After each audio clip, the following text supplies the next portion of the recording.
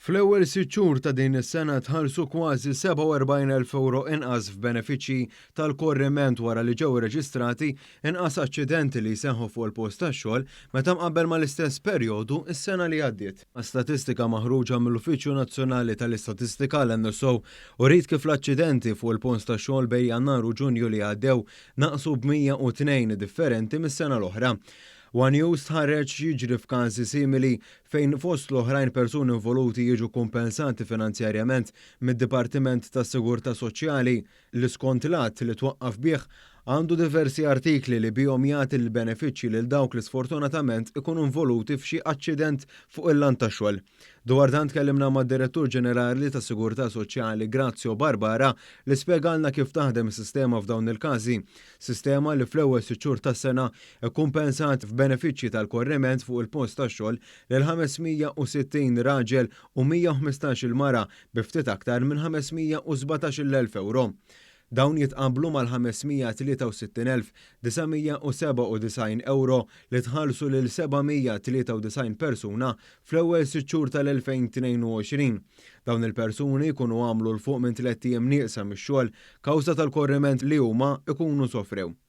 L-artiklu 28 li jirregola dan il-benefiċċju jiskatta mar-raba' ġurnata li l-persuna tkun nieqsa mix-xogħol. Id-Direttur Ġenerali spjega r-rati li japplikaw għal dan il-benefiċċju.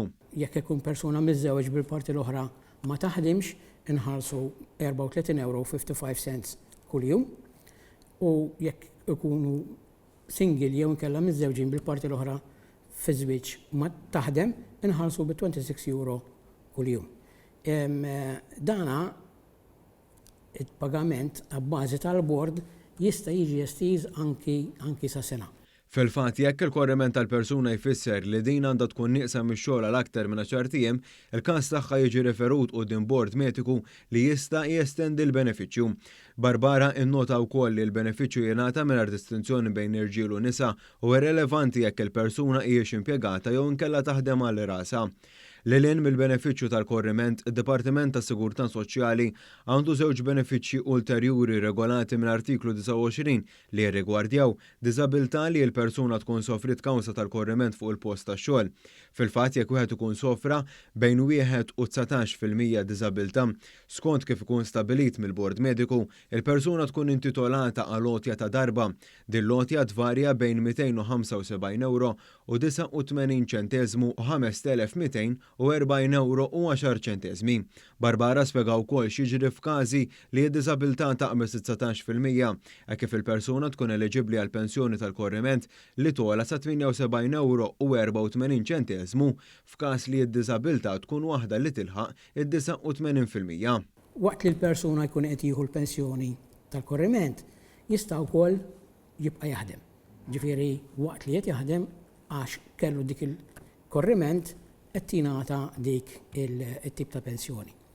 Jekk imma mbagħad id-diżabilità tkun fuq minn 89% hemmhekk jingħata l-pensjoni tal-invalidità. Fl-ewwel 6 xhur tas-sena, id-Dipartiment ħareġ ftit inqas minn 50,000 euro f'għotja ta' korriment lil 11-il persuna. Dan fil-waqt li nħarġu kważi 130,000 euro f'pensjoni tal-korriment lil 177 raġel u 19 il-mara. Fl-aħħar net id-Direttur Ġenerali tad-Dipartiment tas-Sigurtà Soċjali appella biex f'każi ta' korriment fuq il-post tax-xogħol timtela l-formola neċessarja mill-impjegatu minn min ħaddem fi żmien 10 ijiem biex il-persuna tingħata il-benefiċċji li tkun eliġibbli għalihom. Il-formola tista' timtela online fuq is-sit socialsecurity.gov.mt.